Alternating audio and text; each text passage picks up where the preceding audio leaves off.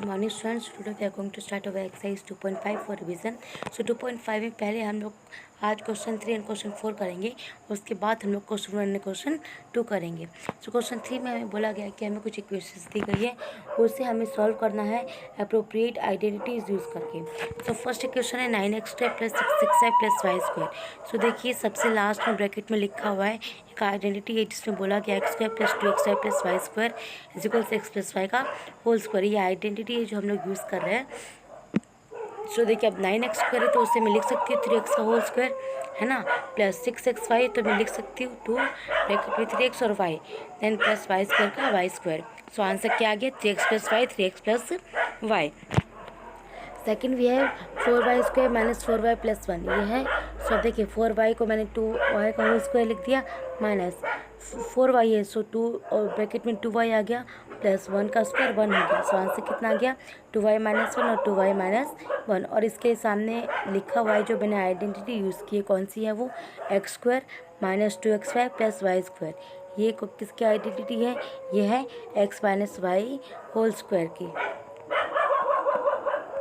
The next we have third, that is x² - y² upon 100 = x² - y/10 का whole square. ये है ठीक है। अब मैंने क्या किया y² upon 100 है, इसको मैंने क्या लिख दिया y/10 का होल स्क्वायर लिख दिया। तो आंसर कितना आ गया x + y/10 और x - y/10। और इसमें हमने कौन सी आइडेंटिटी यूज़ की तो देखिए सबसे लास्ट में मैंने लिखा हुआ है x² - y² = x + y और x - y। ये वाली हमने इसमें आइडेंटिटी यूज़ की है। क्वेश्चन 4 में भी वही है, हमें आइडेंटिटी यूज करके सॉल्व करना है। सो फर्स्ट दिया हुआ है x + 2y + 4z का होल स्क्वायर ऐसा है। सो इसमें कौन सी आइडेंटिटी यूज़ करें, देखिए लिखा हुआ है x + y + z का होल स्क्वायर यानी कि x² + y² + z² + 2xy + 2yz + 2xz ऐसे है ठीक है। तो सबसे पहले x का x² हो गया, फिर y यानी कि 2y का स्क्वायर हो गया, देन z यानी कि 4z का स्क्वायर हो गया, देन 2 है और फिर xy आ गया उसमें x और 2y, देन 2 है और yz यानी कि 2y और 4z आ गया ब्रैकेट में, देन 2 बाहर है और 4z और x यानी कि 4z और x आ गया। सो x² as it is 4y² उसका हो गया स्क्वायर हो गया, देन यहाँ पे 4 का स्क्वायर हो गया 16z², then 4xy + 16yz + 8xz सबको मल्टीप्लाई करने पे आंसर ये आता है।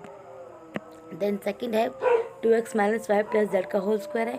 So as it is x का स्क्वायर यानी कि 2x का स्क्वायर प्लस y का स्क्वायर, बट y के साथ माइनस है इसीलिए -y का स्क्वायर प्लस z का स्क्वायर, z का स्क्वायर है इसी तरीके से बोला गया है। देन 2 ब्रैकेट में 2x और y, देन ब्रैकेट में 2yz, देन ब्रैकेट में 2z और x। तो सबका जो स्क्वायर करना और मल्टीप्लाई करने के बाद आंसर क्या आया 4x² + y² + z² -4xy - 2y² और प्लस 4zx। सो जो आंसर आया इसका जिसे हम लोग शॉर्ट में लिख सकते हैं वो क्या आता है, देखिए वो आया ऊपर लिखा हुआ है ब्रैकेट में -2x + 3y + 2z का होल स्क्वायर, ये उसका आंसर हो गया।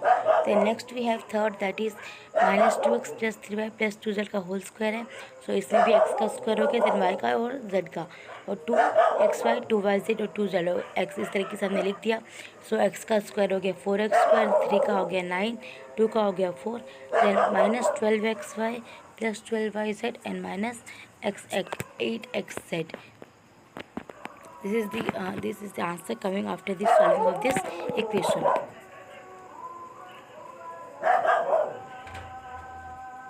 Fourth we have 3a - 7b - c का whole square.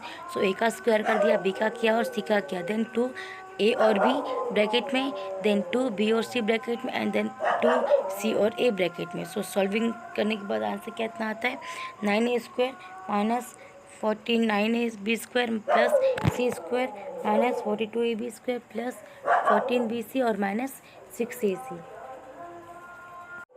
Next we have -2x + 5y - 3z whole square. So that is -2x whole square + 5y square - 3z square. Then 2 bracket x and y plus 2 and then bracket yz, then plus bracket में 2 and z and x.